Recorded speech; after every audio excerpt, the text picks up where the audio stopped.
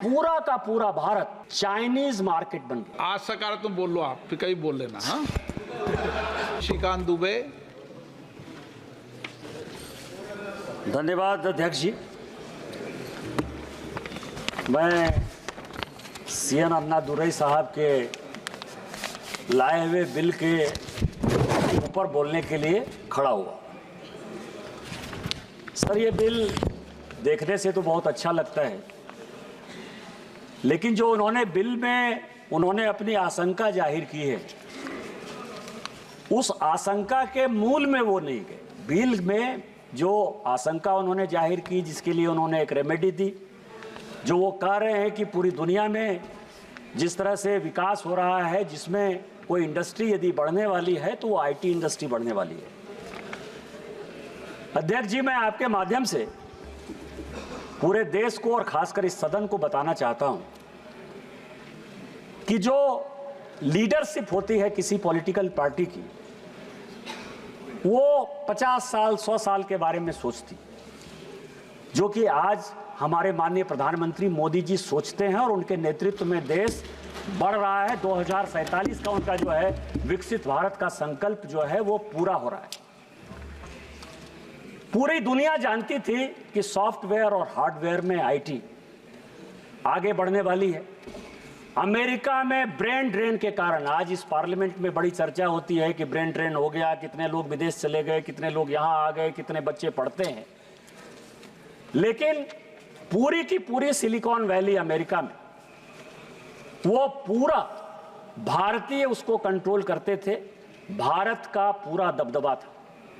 हम खुश होते थे कि भारत के आईआईटी से पढ़े हुए लोग, हमारे पैसे से पढ़े हुए लोग भारत में सुविधा नहीं मिलने के कारण अमेरिका चले गए और वो वहां बड़ा नाम कर रहे हैं, बड़ी कंपनी बना रहे हैं। लेकिन उसके बावजूद भी भारत सरकार ने, तत्कालीन भारत सरकार ने, और बड़ा गुस्सा लगेगा, अपोजिशन पार्टी का नाम लूंगा, लेकिन मैं कह रहा हूं तत्कालीन भारत सरकार में किसी का नाम नहीं लेना चाहता, उन्होंने कभी भी इसके बारे में सोचने का प्रयास नहीं किया। और तो और सभापति महोदय, आपको बड़ा आश्चर्य होगा कि 96 में WTO में हमने एक एग्रीमेंट साइन कर लिया। इस देश के बहुत बड़े अर्थशास्त्री, उन्होंने देश को बहुत कुछ दिया, और उस देश में जो कुछ भी दिया उसके कारण जो देश की समस्या है, आज जो बेरोजगारी नजर आ रही है, आज जो कानून में जो है, राहुल जी यहाँ बैठे हुए हैं, PMLA से लेकर डायरेक्ट टैक्स तक हंसते हैं, वो केवल और केवल जो है चिदम्बरम साहब गए WTO में और उन्होंने साइन कर दिया कि जितने भी इलेक्ट्रॉनिक सामान है, आईटी के सामान है, कंप्यूटर है, सॉफ्टवेयर है, हार्डवेयर है, उसमें 0 ड्यूटी लगेगी।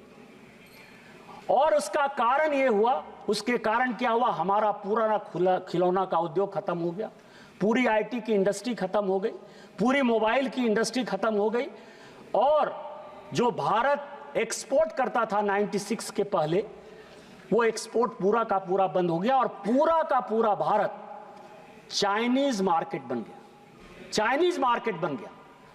और 96 में उस एग्रीमेंट को साइन करने के कारण आज भी भारत सरकार, माननीय प्रधानमंत्री जी जब से माननीय प्रधानमंत्री बने हैं 2014 से, हमारी सरकार 2024 तक जूझ रही है कि उस एग्रीमेंट को बाईपास करते हुए हम अपने यहाँ के इंडस्ट्री को, हम अपने यहाँ के ब्रेन को, हमारे यहाँ के टेक्नोलॉजी को, हमारे यहाँ के जो लड़के पढ़े लिखे हैं, उनको हम किस तरह से जो है आगे बढ़ा सकते। सकारात्मक नहीं, इसीलिए मैं कह रहा हूं, आज स्टार्टअप हो, स्टैंड अप हो, नहीं, उसका कारण सकारात्मक कैसे होगा सर?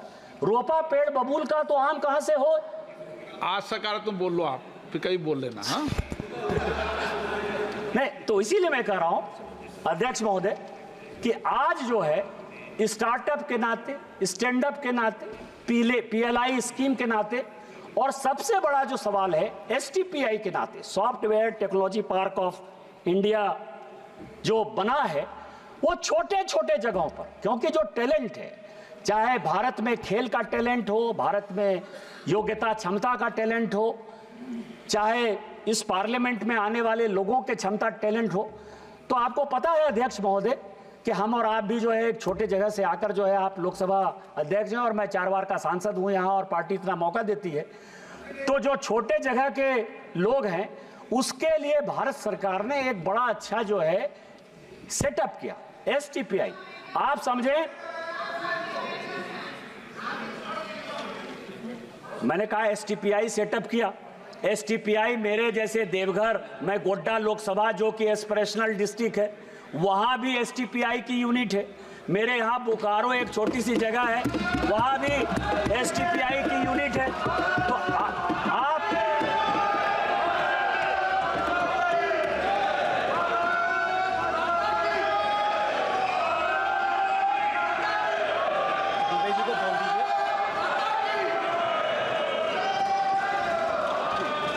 आप माननीय प्रधानमंत्री जी आ गए हैं तो मैं अगली बार बोलूंगा सर। मैं अगले सत्र में आपको बुलाएंगे। धन्यवाद सर। माननीय सदस्यगण,